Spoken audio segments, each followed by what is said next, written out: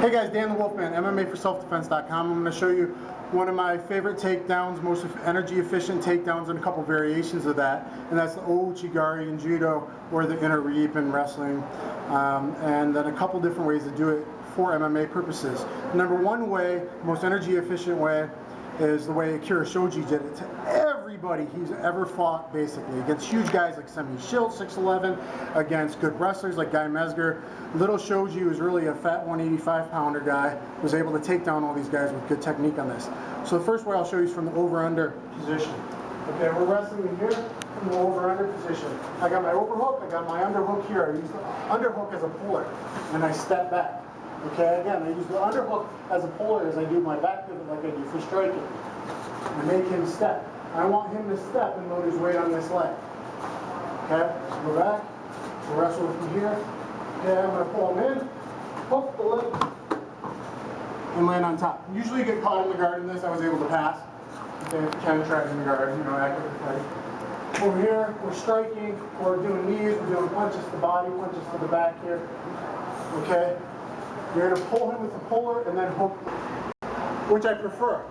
But if this guy keeps not letting me get my favorite underhook side, I have an overhook on this arm. What you can do is the same setup, pull him in, but go much lower. Hook the leg and then fall on it, basically. So pull weight in, I'm driving in. I'm going to come, hook, and go down to the ground. Okay, cutting at that angle of that back rear quarter. Okay, like the hands on a clock. Go to 3 o'clock. Okay, if facing him is 12 o'clock.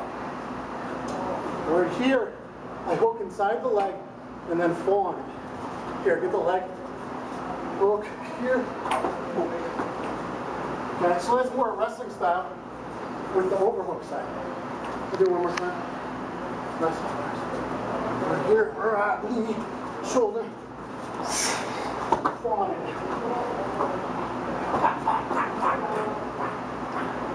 Okay, then in a good position to pass from there. We're in a double heel hook from there. Okay. So guys, those are your inner trips, your Ouchigari. 3 different ways to use it for MMA. Okay, next guys is a Schoolboy ankle lock or Schoolboy reverse heel hook from standing from back control. The only time I've seen an MMA attempted was Shogun Rua tried it against Chuck Liddell. He didn't get it, but give him an A for effort for the attempt. If you can't suplex a guy because he has good takedown defense and strong hips, and you have trouble bumping him to the ground with the hip crease takedown or tripping his leg out, then try this. Okay, if you're pushing him forward and he resists against you, that's a great time to try the Schoolboy ankle lock. So like we're here, Ryan's defending, I'm pushing forward, I can't trip him down, whatever.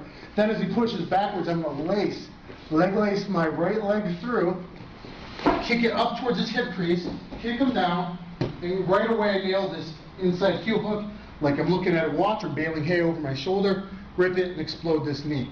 If I don't hit the heel hook right away or he starts to defend, you can try a little toe press action and then reach over and do a combination twist, toe press and heel grab here. But I like to just nail this right away from the takedown. Not the best leg positioning, but this is a fast attack. You go for it right away, you got your take 2-on-1, and you take your heel hook, reverse heel hook. Very dangerous move. This way, in training, that's all you want. You don't want to do any of this. But in a fight, professional fight, that's maybe a different story. Okay, let's run the shoulder.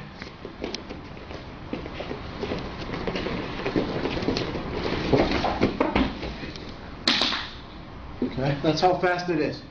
So try the Schoolboy ankle lock and surprise some guys. Okay, next, Ryan's going to demonstrate a nasty neck lock, cervical lock. When a guy's pushing into the fence, sometimes he grabs your leg the wrong way. He does a head outside single. He switches from a double to his head outside single incorrectly and tries to chain pull instead of head inside.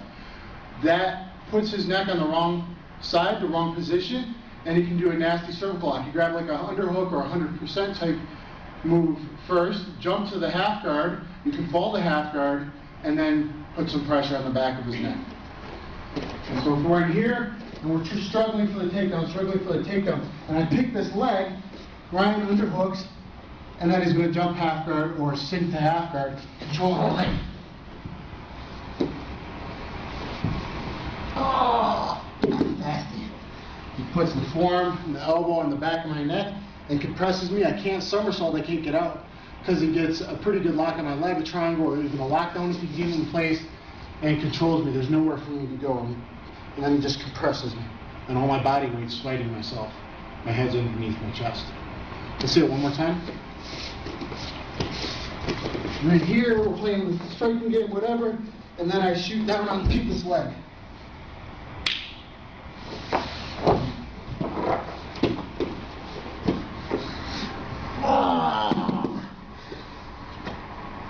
It's nasty, and they'll pick up that $30,000 to $60,000 submission of the night bonus. Try that one out. It's great defense against the cage. Teaching you stuff for MMA, stuff for combatives, for self-defense. Basic, some guillotine defenses, and maybe not so basic, stuff you don't know. Okay, so some guillotine defense, guys. Okay, Chris, come here. Chris puts me in a guillotine. Guys, #1 defense is hangman. He throws me into a guillotine. I'm going to throw this up hangman style, put the elbow above, and block his knee. Okay? Like Gracie Jiu-Jitsu, some of the other Jiu-Jitsu instructors are going to teach hand control here. That's not bad, except you're open to the knee in the face. You'll see that in MMA a lot when a guy gets like a sort of guillotine or a head snap down position. Before he lets up, he'll throw the knee to the face.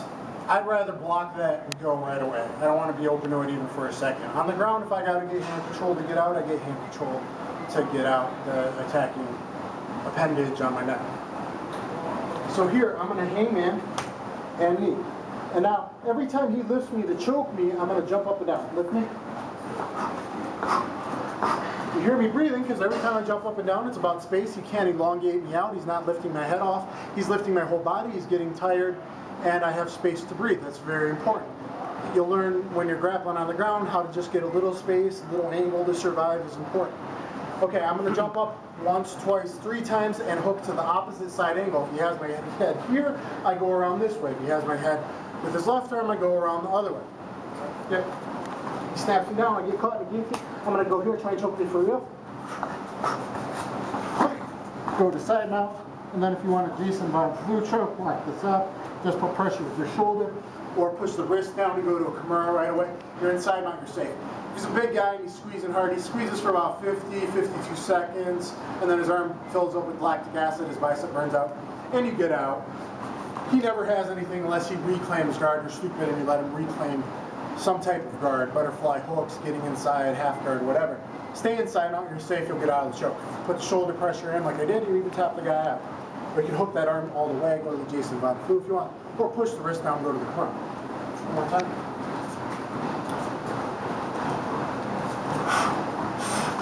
Hook the leg, fall down here. Shoulder in the throat, wrist, Kimura, here.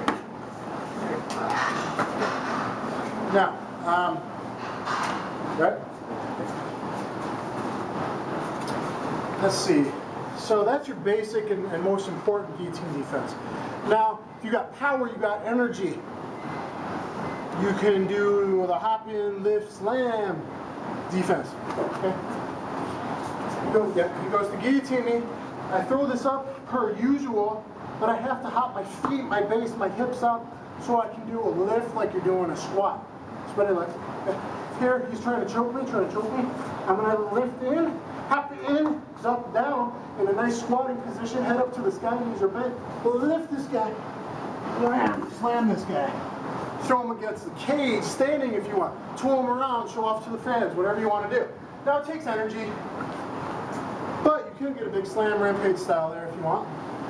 Okay, back in the day I was training no holds barred. Noe Hernandez did this to me, slammed me in the wall once, nails were popping out of the wall. When he used to train in dungeons and stuff, back when things were a little less MMA civilized, Noe Hernandez was UFC, Chuck Liddell's first UFC fight for you new school fans. Okay, again here. Go ahead, choke me for it. Yep, go. Yeah. I'm going to defend, go, choke. Wham. Whoa, whatever I want to do. Okay, then I'm here. Now I want the arm, maybe I want the leg. Whatever. Okay. So for that one, you can lift a big guy. You hop into the squatting position. It's about getting your hips underneath him. Just like you're taught to lift a box at work or do a squat with a bar on your shoulders. Here, go ahead. She's lifting me. Happy and down below. Lift up and slam this dude. Throw him around for the fans. Push him down. Knee in the face, whatever you want to do. Okay, be careful. For kids, don't mess around. Be careful. This is if you're training under supervised instructors. Okay. And I'm just going to mess around and see what happens. Go ahead, try and choke me. Try and choke. Oh man, try and choke. Come on.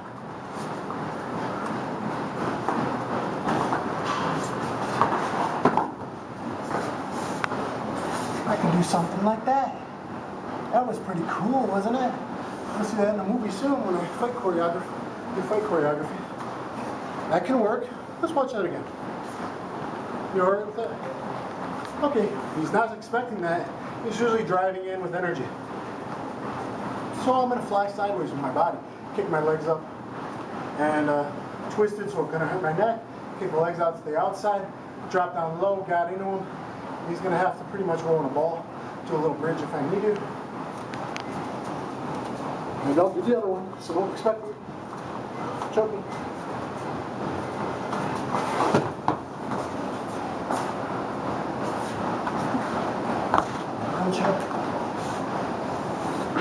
So there's a fun one for you guys to try. So there's some different guillotine defenses to you. Thanks, Chris. Yeah. Hey guys, Dan The Wolfman here. Since my students are asking about some catch wrestling and how to be heavy, and it's important, even some of you great jiu-jitsu guys out there, you don't really know how to be heavy or how to grind on people. You know, in the dojo, depending on the etiquette of that school, you should follow. Okay, but it's also good to train with more like-minded people like myself that are interested in self-defense, that are interested in competition, no-gi competition, taking it to the highest level, and MMA. Some of this you can get away with MMA, some of the pressure point stuff is not allowed in MMA, but it's helpful at times, which I'll talk a little bit about. Okay, so standing up, you can even be in here, you know, here we're wrestling, grab my head. We're wrestling in here a little bit, and you know, we're moving around, you're looking for your throws, your takedowns and stuff. You can take a jaw popper right there. Okay, you can add a lot of pressure just by gable gripping the guy and going behind his head. Okay, most people don't know how to take this. And this comes from my training with various catch wrestlers over the years. I started with Dan Severn back in 1997, guys. I did some judo and a lot of martial arts before that. I was already a black belt, you know, as well as learning Gracie Jiu-Jitsu and other stuff at the same time. And now I train with Gene LaBelle and Gokar Shivichi and stuff. Go ahead, kneel down with the guard. Yeah. So guard, you can do same thing. Usually I'm in here with my elbows tight because that stops all his hip movement and I can get some bicep control and I look to hit from there. I even have a position where I cross my ankles, but that's for another time, for serious ground and pound. Okay, but I could also be heavy in riding the guy with my knees are always up in the pocket. That's important. I could be in here sitting on his legs. This is a good position to strike from and a grind again, and I can jaw popper from it. If he has his ankles, try and cross your ankles. Okay, and he's you know, I can lock down on him here, and I'm controlling this man in here, pushing him against the cage sometimes. Also, especially, you'd be driving in the guy, making him heavy chest and tiring him out. See, he's already breathing heavy just because I'm off of my knees. So that's a catch wrestling way of kind of dealing with the guard. You can be up in this kind of squatted knee position, or you can even be in a full tripod up, pop-up pass and stuff like that. But a lot of times we'll sit in here. You'll see Severn does this even at over 50 years old to a lot of guys that beats him up. Cross your ankles, cross your ear. Okay, here you can still do the jaw popper. Drive. Your head under there, rotate him up and drive. You're putting a frame behind him, pushing up and using your leg power. So it's really hard to stop. Okay? You okay? Yeah. Cross your ankles. From inside the guard, two. Now you're putting pressure on the guy and you're elbowing him and you're hammer fisting him, hitting deep, Systema style. I have videos on that, how to hit the body deep. Get your ankles up high, cross up high. Okay, here, he's gonna stop liking me being up here. Maybe I'm way up here and I'm doing chicken wing elbows to the side of his head. Stuff that most people don't think about in the ground and pound, guys, is available. And pressure points as well. Maybe I start playing with pressure points behind the ear. Going up the ear. He doesn't like that one. Illegal in the UFC now, but is the ref really going to see your chin a good ref will eventually start catching it, like Herb Dean or whatever. But, you know, it's competition, guys. You know, I always thought going to the eye was definitely a no-no, even though it happened in my fight, even though they won the 2-time NCAA champ wrestler I had my first fight against 8 times in the rules meeting not to do it. He still did it. I think that's cheap, but, you know, a little grinding with elbow tips and chin, that's just wrestling, guys. That happens all the time in wrestling. Okay, so cross your ankles. You're going to be in here, and you can be going in. This one, he's very tolerant to. He has a high pain tolerance. That's what I'm using. But there's one here. The pressure goes to the either back of the head where guys start to bald, or top of the forehead. This one goes to the top of the forehead at an angle. The one in the cheek goes to the back of the head there. There's one under the mandible, under the jaw here, so you can grind in there. And mostly I use my chin in there and there. And then he's going to push me away with his guard because he doesn't like that. So if I'm here, press your ankles and push me backwards with you. You extend your legs. See? That's the jiu-jitsu defense. Get the guy off of you. So the guy's going to try and do that. Well, here's a little trick Dan Severn taught. That's illegal in UFC now. If I'm up on you, try and push me away. Push me away. You don't like that, do you? The harder he pushes away, riding him heavy. Look at my weight. Not too heavy. I mean, not too high, but I'm still heavy with my weight.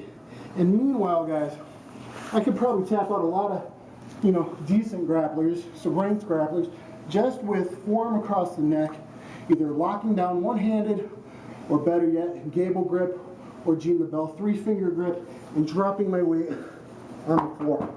I could tap out a lot of people just with forearm from side mount, half guard, maybe even guard. Okay, so again, here, you can lock down one-handed, guys. It makes people uncomfortable. You want the tap, you could probably get a gable or 3-finger grip. Okay, drop your hips, drop your weight, and drive into him. Drive into him. You can lift that elbow up and drive at a different angle if you want, or straight down. Inside the guard. Can you take one more of this? Yeah. Put me in guard. I'm going to ride up here. I don't always reach around the head. Guys, that's somewhat dangerous, but you can try put pressure with your head like I talked about before. But I will do this. Not when someone obviously can't handle it. But if you're going against top guys and fighters, that's a different story. Cross your legs. Okay, so we're in here. What's important is not to have my elbow where you can push my elbow across and get an arm triangle. Okay, so whenever you put a forearm on the neck, even just locking down a grind on the guy, you keep your elbow pointed to the mat on the other side. And then I can rock my weight in and tap him out with my wrist, the blade of my forearm on his throat. Okay, you can elbow the legs, you can be heavy, you can elbow this way, elbow the ribs that way. Okay, there's a lot you can do that people aren't doing, both from a self-defense perspective and a mixed martial arts perspective. They're playing jiu-jitsu when it goes to the ground. You're not playing, you want to beat the guy down. You want to be heavy and you want to grind on. Okay, get on top of me. Yeah, like that. Sometimes I'll go with like big guys and big stuntmen and stuff, and maybe they try to like neck crank me and stuff like this. They try to lift my head up. So try to lift my head. Yeah. When the guy does this, guys, then if he's doing heavy power move stuff, then I just put my thumbs on his armpits. Okay? Then there's pressure points in there, and his power is going to actually go away. I can wait it out and tough it out and breathe and relax. Even if I just go light, sometimes I go just for a second. I let the guy know it's there. Or if the guy starts playing pressure points with me, I'm like, well, I know that stuff too. Grab my head, try and like lift my head or submit me, try and grind on me or something. See, I'll just go whatever here and go maybe a lockdown and double thumbs in the armpits. He's got nothing. Same thing if a guy tries to snake choke me. Go in here and try to rear naked choke my throat. Here's a snake choke. I'll go in the armpits here. Just put that thumb in the armpit. He doesn't like that. His power goes away. He lets go. Maybe I sweep him. Okay, so I use that a lot. So when a guy's grinding on you, you don't got to go heavy. You know, go and let him know a little bit. Pressure points in there. So pressure points can be helpful. They don't all work. The one here on the cheek doesn't work good on him. The one here in the ear really does. The one under the jaw really does. But I've met quite a few people that this one doesn't work so good on certain people with their cheek structure. But riding being heavy, even in north-south, all the positions. You want to be heavy. You want to be in here. In catch wrestling style, it's not going to be on your knees resting. You're going to be driving on the balls of your feet. You see how I like to finish arm triangle? If you look at my videos, I'm on the balls of my feet, driving forward for more power. I'm going to grind on this guy and look for submissions this way. Okay? Just by being heavy, he's going to give up stuff and be out of position. Has it been fun being on bottom during this video? Talk to camera a little bit. But it's nasty, right? Most people, you've grappled with some people.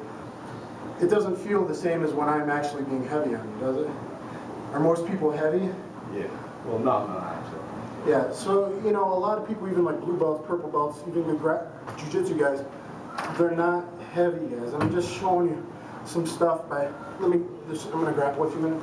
Let's go live for like, just a minute. Okay, I'm gonna grapple on him and make his leg kind of help. He's going forward. Okay, now we're here. Now I'm pushing. See, I'm driving it. I'm throwing here. Okay, there's my chest. I'm driving it. My hips are not down. I'm pushing it. I'm lifting his head. I'm making, oh, thank you for the crucifix. So, there's your foot. And now I'm in here and catch eagle. Reverse toe hold. Keep on. I'm in here. I'm still heavy. Here's my crucifix here. And I'm going to drive his face down. And then I do downward elbows. And then I do rear elbows and downward elbows. And cover his mouth. Keep going. I'm going to ride him north-south now. I'm going to grind my hip into his face. And then I go. And then I do turn trigger. And then I hop off and I drift forward on my balls and my feet, okay? Driving in. I'm not low, trying to gently choke this guy. I'm driving in, pushing in on my toes, guys. Learn some wrestling if you can. Even if you're an adult, learn some wrestling basics. Watch some John Smith instructionals. Being off your knees, being heavy, driving on the balls of your feet, having heavy hips, driving your hips in, grinding the guy. Okay, so this is a new perspective. I don't always take it this heavy, this hard on guys. But guys, I've always had it. I started with Dan Severn, and I mixed in the gentle stuff too. And you blend them together. So that's kind of more the heavy catch wrestling way of doing things, and just keep it in mind. You don't always got to grind on a guy. But it's good to know, because you get a bigger, stronger, maybe roided up dude who's just squeezing your head all the time. I'll just go lock down, thumbs in the armpits, sweep him, then arm triangle kind of hard, and let him know like I have power too. Just because I'm playing gentle doesn't mean that I don't. So be heavy. Hopefully this helped you a little bit, learning how to be off your knees and on the balls of your feet and grinding. Here for the CombatSystem.com, going to give you the guide to common MMA, UFC submissions that you'll see, just so you understand everything, in case you're a noob, and a good review for everyone, even or if you train. Okay, so if all legs in my guard, there's various submissions that we can do. Okay, number one, the Kimura or double wrist lock. Here, take this up. Okay, so from guard, that's a good one. Okay.